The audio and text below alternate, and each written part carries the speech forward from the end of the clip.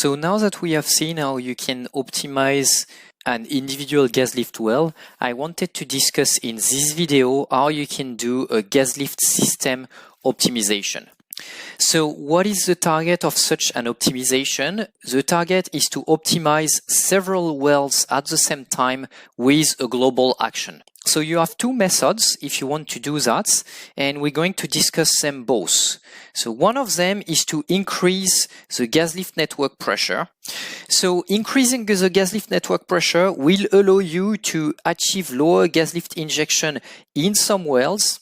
And as a system optimization, you can, by doing so, without changing any gas lift design, in some cases, you will be able to unlock uncompleted unloading sequences in some wells. So in these wells, you will achieve a lower gas lift injection.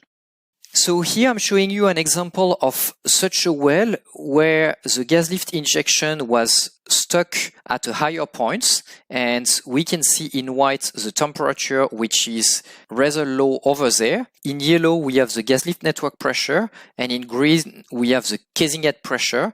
We can see that they are both more or less at the same value, and this keeps on until this point over there, where we have a slight increase of the gas lift network pressure. So it allows to increase the casing head pressure, and following that, we can see that the casing head pressure suddenly drops, and as it does so, the tubing head temperature increases, and we can see that following that, we have a well that is operated with a much lower casing head pressure and a much higher tubing head temperature. So this is a clear sign that this well managed to complete its unloading sequence, and now it's being operated with all the gas lift injected through a deeper point. So in this zone, we have now a well which is properly kicked off, while over there, we had a well where the gas lift network pressure was insufficient to properly kick off the well.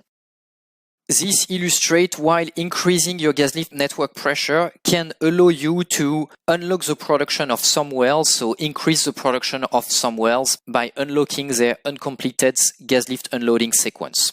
So how can you achieve an increase of the gas lift network pressure? So one way to do it is to reduce the gas lifts on wells that do not need it. So here we can see typical examples. So I took back the examples that I showed previously regarding optimizing a well by changing its gas lift rates. And if you find several wells which are like this one, where the gas lift injection rate is actually in red over there, you are actually over-injecting gas lifts. And so you can just decrease the gas lift rates to the green value over there, and this will allow you to save gas lifts and at the same time increase the production. So if you can find several wells like that where you are wasting gas lifts, it will allow you to increase your gas lift network pressure if you find a good number of wells like that. Another thing that you can do is you can find wells like this one or that one as well. So if you look at this well, you can see that the production is rather flat in this area over there. So take a look at the scale there. You will see that there is not much difference in terms of production between injecting 15 kilos standard cubic meter per day of gas lifts and injecting 11 or 10.